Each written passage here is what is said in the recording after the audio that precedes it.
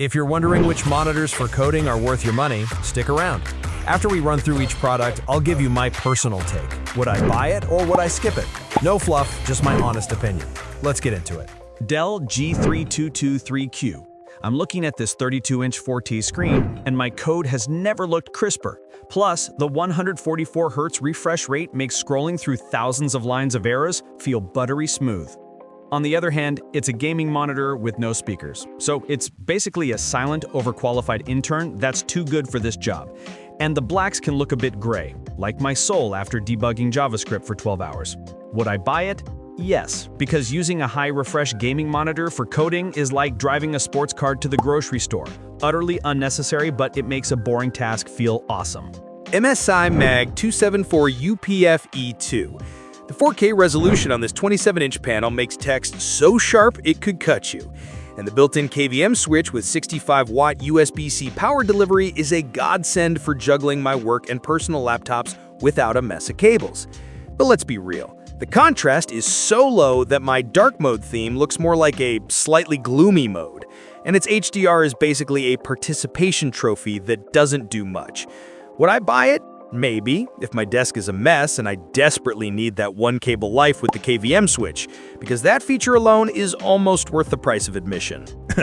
Asus ProArt Display PA2790 CRV. This thing has professional-grade color accuracy right out of the box, which is perfect for making my website's buttons the exact shade of panic red I designed. And the USB-C port pushes 96 watts, enough to charge a small car. The problem is, it's stuck at a 60 Hz refresh rate, so scrolling feels like I'm back in 2005. And some people say it has a green tint, which, for a color-accurate monitor, is like a chef who can't taste salt. Would I buy it? No, because that 60 Hz refresh rate is a deal-breaker for me. I can't go back to living in the slow lane after tasting the sweet speed of 120 Hz and up. Asus ProArt PA79CV. This monitor is basically a yoga instructor with its super adjustable stand that you can pivot for vertical coding, and its 4K screen with killer color accuracy makes every semicolon look beautiful. However, the built-in speakers sound like they are broadcasting from a submarine, and the 65 watts from the USB-C port might make your beefy laptop complain about being hungry. Would I buy it? Yes, if my back is killing me, because the sheer ergonomic flexibility means I can code from whatever weird goblin posture I find myself in, and that vertical screen is a dream for long scripts. Dell U4025QW. This absolute unit of a 40-inch curved ultra-wide gives you so much horizontal space you could fit your code, the documentation, and a movie on it without breaking a sweat, all at a glorious 120 Hz refresh rate. But all that width comes at the cost of some vertical height, and the price tag is so high it might as well be written in gold-pressed latinum.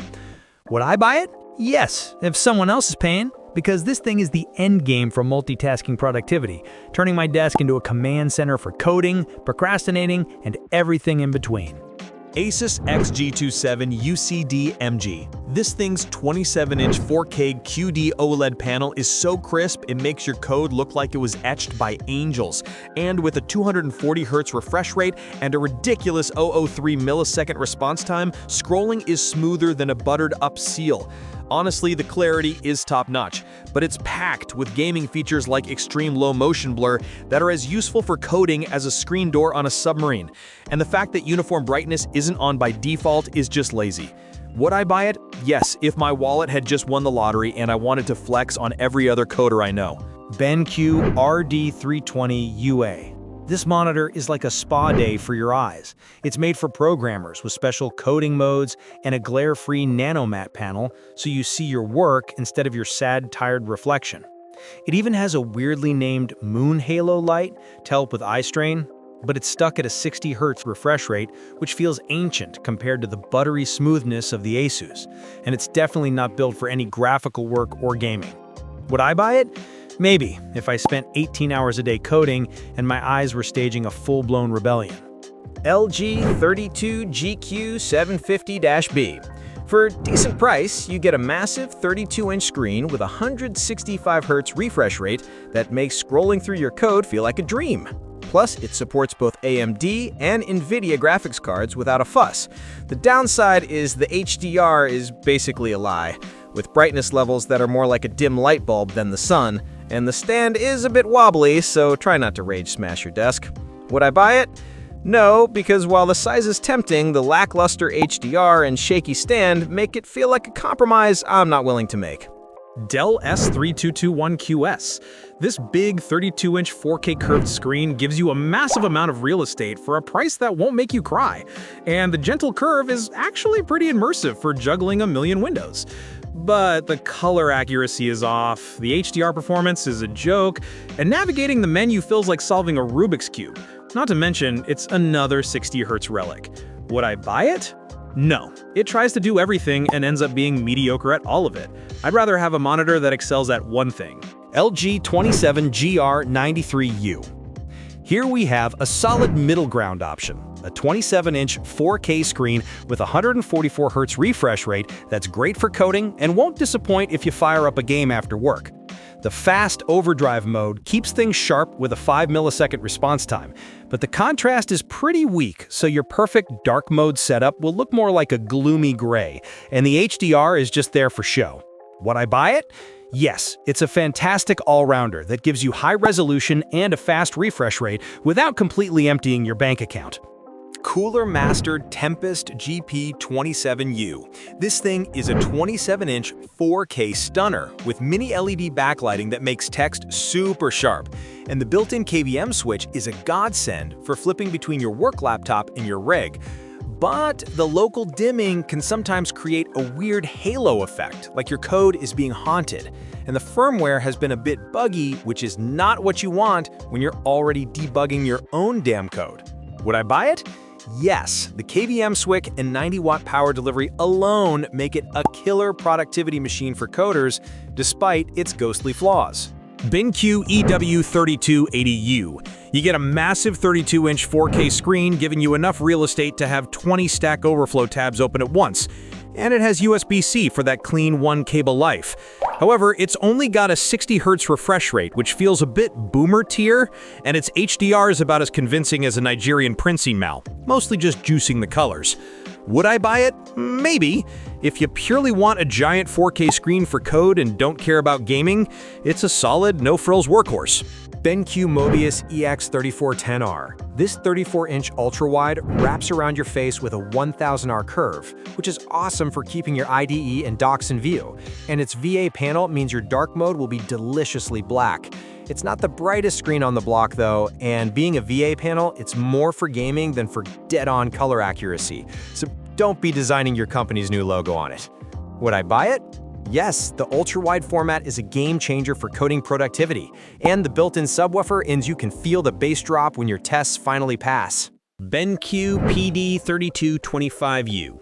This monitor is for the coder who's also a pixel-peeping snob, with insane out-of-the-box color accuracy and a contrast ratio that makes text on its 32-inch 4K screen look absurdly crisp.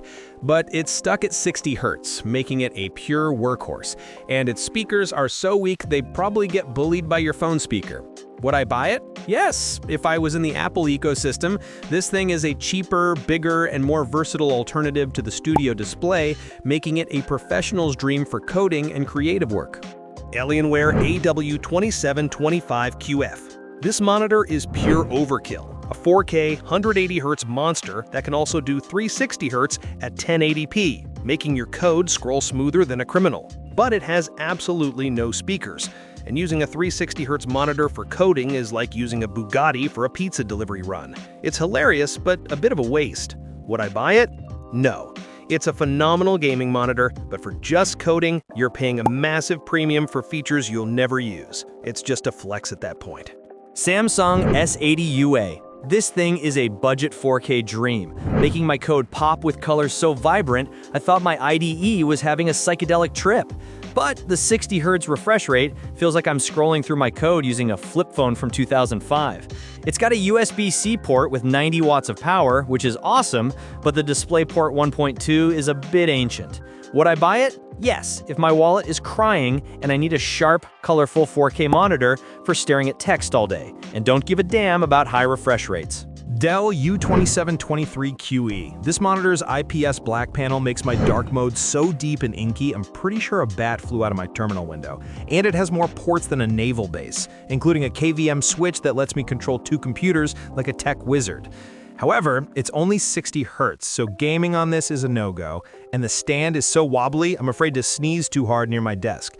Would I buy it? Yes, it's the ultimate productivity hub for a coder who juggles multiple machines and demands perfect color, as long as you've accepted the 60 Hz lifestyle. Asus ROG Strix XG27UCS. I'm getting a ridiculously sharp 4K picture at a buttery smooth 160 Hz, which makes scrolling through endless code feel like a glorious breeze, and the color is so on point that even my error messages look beautiful. The problem is, Asus decided we don't need a USB hub or speakers, so I have to plug my headphones in like some kind of peasant from the dark ages. Would I buy it? Maybe. It's a fantastic choice if you want to seamlessly switch from debugging code to fragging noobs in a fast-paced shooter, but the lack of basic ports is just plain lazy. LG 27GS93QE. The 240 Hz refresh rate and near instant response time on this OLED are so fast that I feel like I'm seeing my code compile in the future. It's absolutely insane for gaming. But, and this is a big but, the text looks a bit funky and has this weird color fringe because of its pixel layout, which makes my eyes want to file for divorce after a long coding session. Would I buy it? No. For coding, the wonky text is a complete deal breaker. I'm here to write clean code, not stare at text that looks like it's been through a blender. LG 27G850A. This absolute unit combines a 4K resolution with a screaming 240 Hz refresh rate on an IPS black panel, making everything from my code editor to my games look incredibly sharp and impossibly smooth. The catch is you'll need a PC powered by a small star to run it, and its display HDR 600 is a joke, with only 8 dimming zones, making HDR content look pretty much the same as regular content. Would I buy it? Maybe. If I just won the lottery and own a graphics card from the future, this would be the ultimate do-it-all monitor for both elite-level coding and gaming, despite the lame HDR. Thanks for watching. I hope this video helped you pick the monitors for coding for you. If you have any questions, drop a comment below. Links to all of these products mentioned in this video will be in the description.